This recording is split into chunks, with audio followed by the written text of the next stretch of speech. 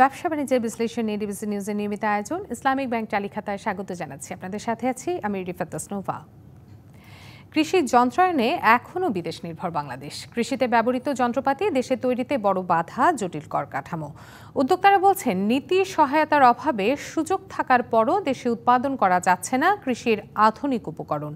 আর বিশ্লেষকদের মত, সরকারের সুনজরের অভাবে কৃষি যন্ত্রপাতি তৈরিতে পিছিয়ে পড়ছে বাংলাদেশ। একসময় সম্ভাবনা জাগালেও এখন হয়ে যাচ্ছে পুরোপুরি আমদানি নির্ভর দেশে। এসব নিয়ে আজ আমাদের আলোচনার বিষয় কৃষি যন্ত্রপাতি দেশে তৈরিতে বাধা কি। আলোচনা করতে আজকে আমাদের সাথে অনলাইনে যুক্ত আছেন কৃষি অর্থনীতিবিদ ডক্টর মোহাম্মদ জাহাঙ্গীর আলম এবং আছেন Bangladesh agriculture machinery merchant association Bogura জেলা শাখার সাধারণ সম্পাদক মোহাম্মদ রাজিদুর রহমান রাজু।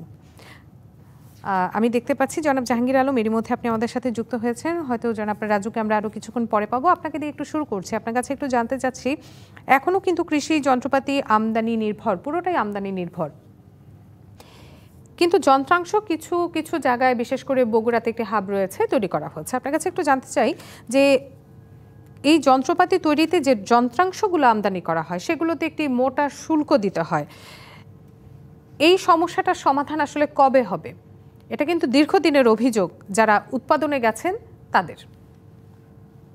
দেখুন, আমাদের জাতীয়ভাবে একটা নীতি আছে যে আমরা বিদেশের উপর খুব একটা নির্ভর করব না। যত সম্ভব আমরা নিজেদের পায়ে দাঁড়াবো এবং নিজেরা বিভিন্ন যন্ত্রপাতি এটা উদ্ভাবন করব এবং তৈরি করব। তো আমরা কিন্তু দীর্ঘদিন ধরে এই যে বিশেষ করে ট্রাক্টর, পাওয়ার টিলার, তারপরে অন্যান্য যেমন কম্বাইন হারভেস্টার, এই যে জিনিসগুলো আমরা দীর্ঘদিন ধরে, এবং ইরিগেশন ইকুইপমেন্ট, তো এগুলো আমরা দীর্ঘদিন ধরে বিদেশ থেকে আমদানি করছি। বিশেষ করে চায়না, এটা একটা মার্কেট হয়ে গেছে, বাংলাদেশ বড় মার্কেট চায়না। এই ধরনের বিভিন্ন দেশ থেকে আমরা আমদানি করি এবং জাপান থেকেও করি। তো এই যে আমদানি নির্ভরতা, এইটার কারণে আমাদের উৎপাদন খরচ বাড়ছে এবং সবসময় যে আমরা আমদানিকৃত যন্ত্রপাতি পাই সেটাও নয়। তো এর জন্য কথা ছিল যে আমরা দেশে নতুন নতুন যন্ত্র উদ্ভাবনের জন্য, যন্ত্র তৈরির জন্য কারখানা গড়ে তুলবো। তো সেটা বগুড়ায় কিছুটা এই ধরনের ব্যবস্থা গ্রহণ করা হয়েছিল, কিন্তু এটাও খুব ভালো অবস্থায় নেই। আর বাংলাদেশের অন্যান্য জায়গায় আমাদের যারা অনেকেই উদ্যোক্তা আছে, দেশে কৃষি ব্যবসা করছে এবং কৃষি যন্ত্রপাতি নিয়ে তারা কাজ করতে পারে এবং উদ্ভাবন করতে পারে, তো কিন্তু তারা করতে পারছে না, কারণ নীতি সহায়তা যত বেশি দরকার সেটা তারা পাচ্ছে। এবং তারা যে একটা বড় ইনভেস্ট করবে, এই ইনভেস্ট করে তারা যে একটা প্রফিটের মুখ দেখবে সেটা তারা নিশ্চিত করতে পারে না, যে কারণে প্রচুর ইনভেস্ট করা থেকে তারা দূরে থাকে। তাই এখানে অবশ্য সরকার এবং আমাদের বেসরকারি প্রতিষ্ঠানগুলো মিলিতভাবে এই ধরনের উদ্যোগ নেওয়া এবং ইনভেস্ট করা, এটা করতে পারত, কিন্তু এটাও আমরা সচরাচর দেখছি না। কাজে এই কারণে আমাদের স্বাভাবিকভাবেই বিদেশের উপর নির্ভর করতে হচ্ছে এবং বিদেশ থেকে যন্ত্রপাতি আমাদেরকে আমদানি করতে হচ্ছে। এবং বিদেশ থেকে আমদানি করার অনেক ধরনের ইনসেনটিভ আছে। যারা আমদানি করে তাদের হয়তো অনেক ধরনের ইনসেনটিভ থাকতে পারে, কিন্তু আমাদের কৃষকদের জন্য কোনো ইনসেনটিভ নাই। তাদেরকে চড়া দামে সেই যন্ত্রপাতি কিনতে হয়। এবং অনেক ক্ষেত্রে দেখা যায় একজন কৃষকের পক্ষে বা তারা যারা সেই জায়গাটা কাজ করছেন তাদের পক্ষে কিন্তু সেই যন্ত্রটা কেনার সামর্থ্য অনেক ক্ষেত্রে তাদের থাকে না। এবং যারা এই যন্ত্রপাতিগুলো দেশে তৈরি করছেন, এরকম কয়েকজনের সাথে কথা বলে জানা গেছে যে সরকার একদিকে তাদেরকে বলছে যে তারা যেন স্বয়ংসম্পূর্ণ হয়, নিজেরা তৈরি করেন, কিন্তু আরেক দিক দিয়ে দেখা যাচ্ছে যে এইগুলো তৈরি করার জন্য যে যন্ত্রাংশগুলো বিদেশ থেকে আনা হয় সেগুলো বেশ মোটা শুল্ক দিয়ে আনতে হয়। অর্থাৎ একটি যন্ত্র কিনতে যতটা না শুল্ক তার থেকে বেশি শুল্ক দিতে হয়। সেক্ষেত্রে সরকারিভাবে কোনো উদ্যোগ গ্রহণ করা প্রয়োজন কিনা, বা করলে কি ধরনের সহায়তা সরকার দিতে পারে? এটা শুধু যে আমাদের যন্ত্রাংশ আমদানির ক্ষেত্রে উঁচু ধরনের শুল্ক আছে তা না, আরো অন্যান্য যেমন পেস্টিসাইড উদ্ভাবন, যে যারা তৈরি করছে বাংলাদেশে, যারা কারখানা খুলে বসেছে, তাদেরও যে কাঁচামাল আনতে এখানে অনেক বেশি শুল্ক দিতে হয় এবং এটা ভেরিয়েবল। তো এই সব ক্ষেত্রেই আমরা একটা একটা অনীহা, একটা নীতি সহায়তার পরিবর্তে বরং অন্য ভাবে তাদেরকে অসহযোগিতা করারই নামান্তর। তো এই অসুবিধাগুলো আসলে দূর করতে হবে। সরকারি সহায়তা না থাকলে বেসরকারি সংস্থাগুলো যে খুব মোটা দাগে ইনভেস্ট করবে, এটা আমরা আশা করি না। কাজে এই ক্ষেত্রে ডক্টর সরকার, জাহাঙ্গীর, আপনার কাছে একটু জানতে চাচ্ছি যে আপনি তো দীর্ঘদিন ধরে এই খাতের সাথে আছেন এবং সরকারও কিন্তু চাচ্ছে যে উৎপাদনশীলতা বাড়ানোর জন্য, কৃষি খাতের উৎপাদনশীলতা বাড়ানোর জন্য। কিন্তু প্রশ্ন হচ্ছে যে এই উৎপাদনশীলতা বাড়ানোর জন্য এটি একটি অত্যন্ত গুরুত্বপূর্ণ যে আধুনিকায়ন, কৃষিকে আধুনিকায়ন করা। কৃষিকে হয়তো আধুনিকায়ন করা হচ্ছে, উদ্যোগ নেওয়া হচ্ছে, কিন্তু নিজের পায়ে দাঁড়ানোর যে উদ্যোগটা, সরকার কেন বারবার পিছিয়ে যাচ্ছে? আমরা যতটুকু জানি যে একটি প্রকল্পও কিন্তু নেওয়া হয়েছিল কৃষি যন্ত্রপাতি ব্যবহারের ক্ষেত্রে, কিন্তু সেই প্রকল্পও কিন্তু আলোর মুখ দেখেনি। দেখুন, কৃষি যন্ত্রায়নের প্রধান দুইটা উদ্দেশ্য। একটা হলো যে উৎপাদনশীলতা বাড়বে, বেশি উৎপাদন হবে, আর দ্বিতীয়ত যে উৎপাদনের খরচ কম। এই যে কৃষি যন্ত্রায়নের উপর যে গুরুত্ব দেওয়া হচ্ছে, এটার একটা প্রধান কারণ যে উৎপাদন খরচ কমবে। এবং যখন ক্রাইসিস, মানে বিশেষ করে বিভিন্ন ফসল উৎপাদনের সময় আমাদের শ্রমিকের অভাব থাকে এবং শ্রমিকের দাম অনেক বেড়ে যায়, সুতরাং এটা উৎপাদন খরচের উপর প্রভাব পড়ে। তো এই কারণে আসলে কৃষি যন্ত্রের উপর গুরুত্ব দেওয়া হয়েছে। কিন্তু প্রকৃতপক্ষে আমদানি নির্ভর থেকে যে আমরা খুব ভালো এগিয়ে যেতে পারবো, এটা সম্ভব না। এবং তার জন্য আমাদেরকে অবশ্যই নিজেদের ফ্যাক্টরি গড়ে তোলা, নিজেরা যন্ত্রপাতি উদ্ভাবন করা, এইগুলো আমাদের নিজেদের দরকার। তো এই ক্ষেত্রে আপনি যেটা বললেন যে প্রায় ৩,০০০ কোটি উপরে কোটি টাকা দিয়ে একটা প্রকল্প গ্রহণ করা হয়েছিল। তো সেই ক্ষেত্রে এই ভর্তুকি প্রায় ৫০% থেকে ৭০% পর্যন্ত ভর্তুকি মূল্যে কৃষি যন্ত্রপাতি কৃষকদের কাছে পৌঁছে দেওয়ার অঙ্গীকার ছিল এবং দেওয়া হচ্ছিল। তবে এখানে যে সবই যে ভালোভাবে হয়েছে তা না, সেখানে কিন্তু দুর্বৃত্তায়ন হয়েছে, দুর্নীতি হয়েছে। তো দুর্নীতি যেখানে আছে সেটাকে আমরা বন্ধ করতে পারি, যারা দুর্নীতির সঙ্গে জড়িত আছে তাদেরকে আইনের আওতায় নিতে পারি। কিন্তু এই জন্য কৃষকদের জন্য যে প্রকল্পটা নেওয়া হয়েছে সেটাকে বন্ধ করে দেয়, কৃষকদেরকে সহায়তা থেকে দূরে রাখা, এইটা বোধহয় ঠিক হয়। এটাতে আমাদেরকে ফিরে যাওয়া উচিত এবং যাতে দুর্বৃত্তায়ন না হয় এবং দুর্বৃত্তায়ন, এটা কিন্তু অনেকটা এই প্রকল্পের ক্ষেত্রে অনেকটা দেখা গেছে এবং ভর্তুকিও পরবর্তীতে কমিয়ে দেওয়া হয়েছে। এটা অনেকটা দেখা গেছে যে মাথা ব্যথা তো মাথা কেটে দেওয়ার মতো একটি অবস্থা। জনাব জাহাঙ্গীর, আমরা ছোট্ট একটি বিরতিতে যাব। বিরতির পর এই বিষয়টি নিয়ে আমরা আবারও আলোচনায় আসবো, সঙ্গে থাকবেন। দর্শক, বিরতি নিচ্ছি ব্যবসা বাণিজ্যের বিশ্লেষণ নিয়ে। ডিবিসি নিউজের নিয়মিত আয়োজন ইসলামিক ব্যাংক চালিখাতার সঙ্গে থাকুন। বিরতির পর আবার স্বাগত জানাচ্ছি ব্যবসা বাণিজ্যের বিশ্লেষণ নিয়ে ডিবিসি নিউজের নিয়মিত আয়োজন ইসলামিক ব্যাংক চালিখাতায়। আজ আমাদের আলোচনার বিষয় কৃষি যন্ত্রপাতি দেশে তৈরিতে বাধা কি। আলোচনা করতে আজকে আমাদের সাথে অনলাইনে যুক্ত আছেন কৃষি অর্থনীতিবিদ ডক্টর মোহাম্মদ জাহাঙ্গীর আলম। জনাব জাহাঙ্গীর আলম, আমরা যে বিষয়টি নিয়ে কথা বলছিলাম, আমরা বিরতির আগে কথা বলছিলাম সরকারি সেই প্রকল্পটি নিয়ে। প্রকল্পের কথা না হয় এখন বাদই দিলাম, কিন্তু যন্ত্রাংশ আমদানি এবং আমাদের দেশের যন্ত্রাংশ তৈরির বিষয়ে যদি বলি, যে স্থানীয় উৎপাদন সক্ষমতা যদি আমরা বাড়াতে পারি, সেক্ষেত্রে আমাদের কৃষি উৎপাদনের খরচ ২০ থেকে ২৫% কমিয়ে আনা সম্ভব হবে। এতে কৃষকও লাভবান হবে, উৎপাদন সক্ষমতাও বাড়বে, উৎপাদনের যে মান সেটিও ধরে রাখা যাবে।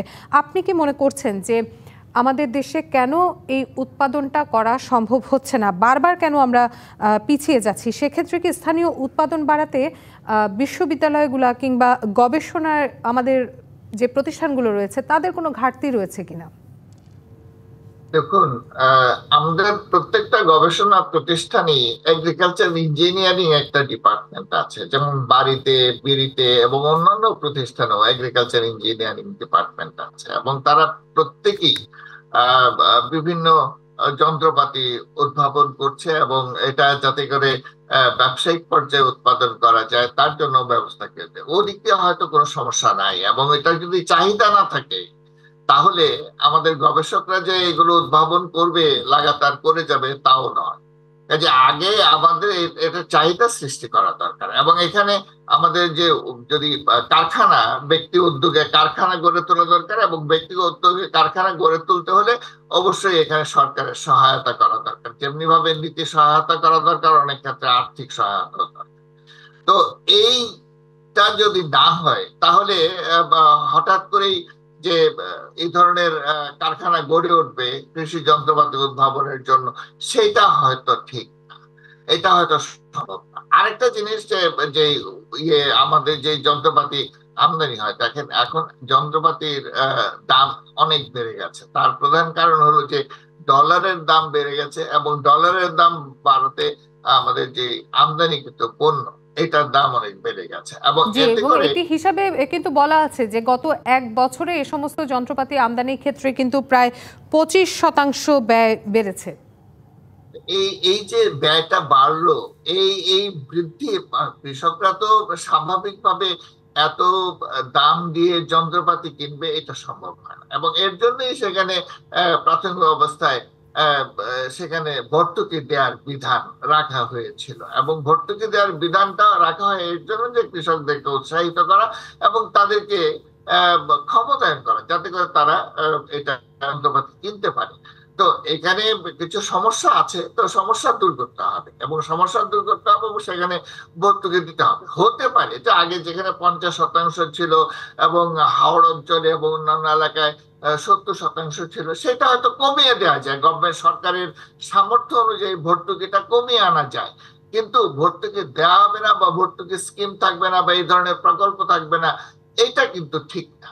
কাজে আমাদের সরকারকে এইদিকে যেমন বিবেচনা করতে হবে, ঠিক তেমনি ভাবে যাতে করে আমরা সাশ্রয়ী মূল্যে বাংলাদেশের অভ্যন্তরে যন্ত্রপাতি তৈরি করতে পারি, তার জন্য আমাদের যেই উদ্যোক্তারা আছে, দেশে উদ্যোক্তারা আছে, যেমনি বগুড়ায় কিছু গড়ে উঠেছে, ঠিক দেশের অন্যান্য অঞ্চলে যদি উদ্যোক্তারা যদি এগিয়ে আসে এবং যন্ত্রপাতির কারখানা গড়ে তোলে, তাহলে আপনি বললেন যে প্রায় 25% সাশ্রয় হবে। তো এটা আমাদেরকে গ্রহণ করা দরকার, এবং এর জন্য যে নীতি সহায়তা করা দরকার, বা আপনি বললেন যে এই যে যন্ত্রপাতির খুচরা যন্ত্রপাতি এবং অন্যান্য যন্ত্রপাতির যে খুচরা অংশ, এগুলো যে আমদানি করতে হয়, সেখানে আমদানি যে কর, সেই কর ভ্যাট এগুলো কমিয়ে দেওয়া দরকার, সম্ভব হলে মকুব করে দেওয়া দরকার। কারণ আমাদেরকে যারা প্রাথমিক অবস্থায় আমাদের যারা উদ্যোক্তা আছে তাদেরকে সহায়তা দিতে হবে, তাহলে তারা এগিয়ে আসবে। এবং এটা শুধু বাংলাদেশের কোনো একটা বিশেষ জেলায় না, এটা সব জায়গাতেই এটা আমাদের করা দরকার। তাতে করে আমাদের যন্ত্রপাতি যেমন দেশের অভ্যন্তরে হবে, অনেক কর্মসংস্থান হবে। কর্মসংস্থান হবে। সেক্ষেত্রে একটি বিষয় একটু জানার আছে যে কালোবাজার বা অনুমোদিত যে যন্ত্রাংশগুলো রয়েছে বাজারে, তো সেগুলোর কারণে কি কৃষক কোনো সমস্যার মধ্যে পড়ছেন কিনা? অনেক ক্ষেত্রে দেখা যায় যে যন্ত্রপাতি কিনে নিয়ে গেল, কিন্তু সেটা খুব ভালো যন্ত্রপাতি না, এবং নিয়ে অল্প দিনের মধ্যে নষ্ট হয়ে যায়, এবং তার খুচরো যন্ত্রাংশ পাওয়া যায় না। এই সমস্যাগুলো আমাদের কৃষকের কাছে অহরহই আমরা শুনি। কাজেই এই ক্ষেত্রে আমাদেরকে খুব যত্নবান হওয়া দরকার, এবং দেশের অভ্যন্তরে যদি হয় তাহলে খুচরো যন্ত্রাংশ তারা উৎপাদন করা হবে, এবং তাদের খুব সহজে তারা যন্ত্রপাতি গুলো চালু রাখতে পারবে। কোনো সমস্যা হলে অভ্যন্তর থেকেই তারা এটা ঠিক করতে পারবে। এবং যন্ত্রপাতি যখন এখানে উৎপাদন হবে, সেই সঙ্গে সঙ্গে যন্ত্রপাতি মেরামতের জন্য, যন্ত্রপাতি কারখানায় কাজ করার জন্য অনেকে নিয়োজিত হবে, অনেকে প্রশিক্ষণ নেবে, তাতে করে একটা মার্কেট গড়ে উঠবে, অভ্যন্তরীণ মার্কেট গড়ে উঠবে। তো এইটার জন্য অবশ্যই আমাদের যত্নবান হওয়া দরকার। জি, এবং আমরা যদি দেখি হিসেবে যে ব্যবহৃত আমাদের যে ট্রাক্টরগুলো রয়েছে তার ৮০% এবং আপনার কম্পাইল হারভেস্টের প্রায় ৯০%ই কিন্তু চীন, ভারত কিংবা জাপান থেকে আসছে। সেক্ষেত্রে আমাদের দেশে কি আমরা সে সমস্ত দেশের সাথে যৌথভাবে কোনো কোম্পানি তৈরি করা এরকম কোনো পরিকল্পনা কি সরকার হাতে নিতে পারে কিনা? নিশ্চয়ই, বিশেষ করে চীনের সঙ্গে চীন অনেক সস্তায় যন্ত্রপাতি উদ্ভাবন করতে মানে তৈরি করতে পারে। চীনের সঙ্গে এই ধরনের কথাবার্তা দীর্ঘদিন ধরে হচ্ছে যে চীনের সঙ্গে আমাদের যে ইরিগেশন ইকুইপমেন্টস, তারপরে ট্রাক্টর, পাওয়ার টিলার, হারভেস্টার, এগুলো নিয়ে আসার জন্য এবং এখানে বাংলাদেশের অভ্যন্তরে এগুলো যৌথ প্রযোজনায় সেগুলো কারখানা স্থাপন করা। তো এই ক্ষেত্রেও তো সরকারের নীতি সহায়তা করা দরকার। হ্যাঁ, এবং এবং এটা সেক্ষেত্রে করা হয়। কিন্তু বিদেশি বিনিয়োগও বাড়বে এবং আপনি যেমনটি বলছিলেন যে কর্মসংস্থানের একটি সুযোগ সৃষ্টি হবে।